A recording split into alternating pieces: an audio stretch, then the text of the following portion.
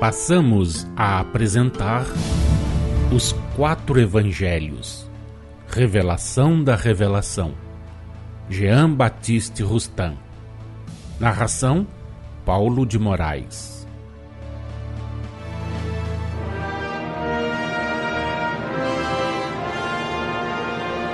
Para que tudo venha assim do infinitamente pequeno ao infinitamente grande, é que há as seguintes categorias de mundos.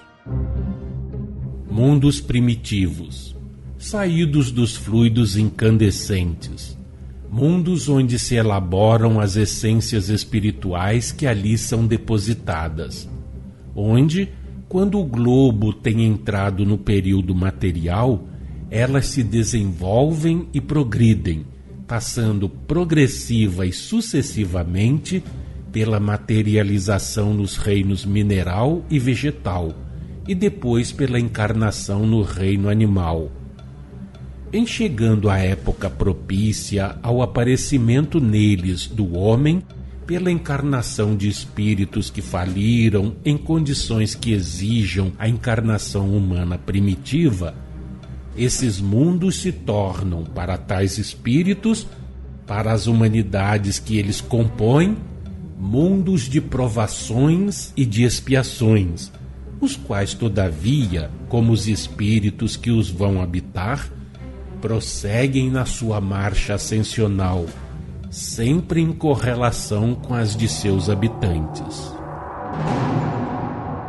Mundos ad hoc, onde a essência espiritual, após transpor os reinos mineral, vegetal e animal, é preparada para o estado espiritual, para o estado de espírito formado, de inteligência independente, livre e responsável. Mundos fluídicos, destinados à habitação de espíritos que desde o estado de infância e de instrução nunca faliram e que, conservando-se sempre puros na senda do progresso, progridem no estado fluídico.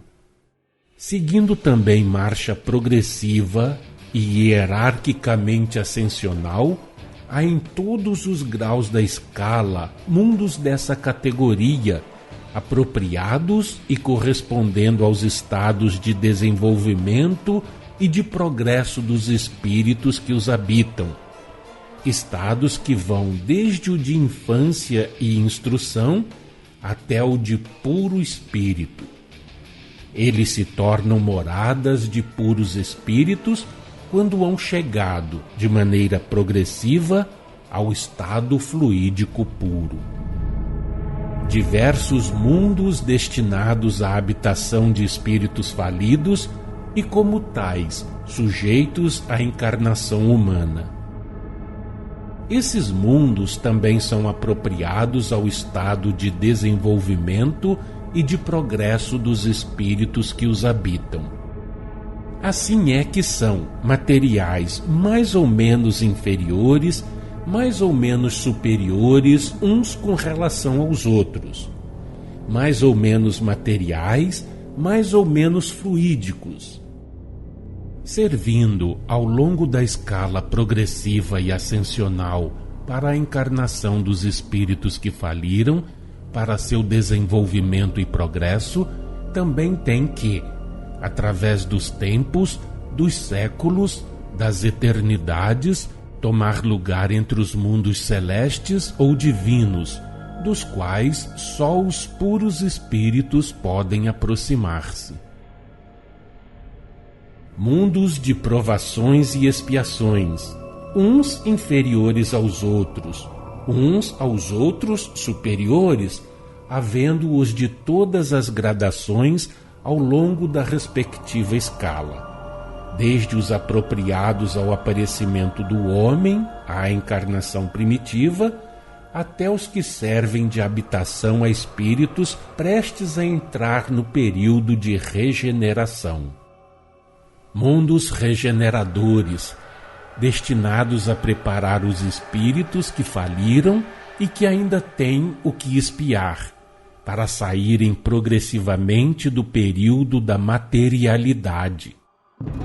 São mundos de transição onde domina a justiça, onde os espíritos continuam e acabam a sua depuração, tornando-se capazes de só praticar o bem e incapazes da prática do mal.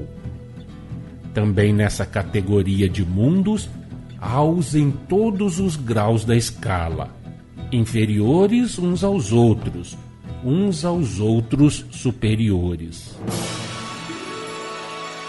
Mundos felizes, onde regenerado, depurado de todos os maus pendores, o espírito só tem que progredir no bem, sem mais ter que lutar contra o mal. Esses mundos, como os espíritos que os habitam, se acham no princípio do período de semifluidez. Aí começa a desmaterialização do corpo. Nos diversos mundos regeneradores, preparatórios e intermediários entre os de expiação e os felizes, o corpo se liberta progressivamente de uma parte da matéria putrescível. Se torna pouco a pouco mais leve, sem contudo ficar de todo livre da decomposição da matéria. Quanto mais o corpo se aperfeiçoa em consequência do adiantamento do espírito, tanto mais volatizáveis se fazem, por ocasião da morte, as matérias e se isentam da decomposição animal. Isto, porém, envolve questões de fisiologia estranhas ao quadro que se vos traçou. Na categoria dos mundos felizes, também os há inferiores e superiores uns aos outros, em todos os graus da respectiva escala ascensional e progressiva, através da qual eles vão passando por estados cada vez mais fluídicos, de conformidade com os espíritos que os habitam, até chegarem à condição de mundos celestes ou divinos. Mundos celestes ou divinos, os que atingiram o estado fluídico puro e aos quais só os puros espíritos podem ter acesso.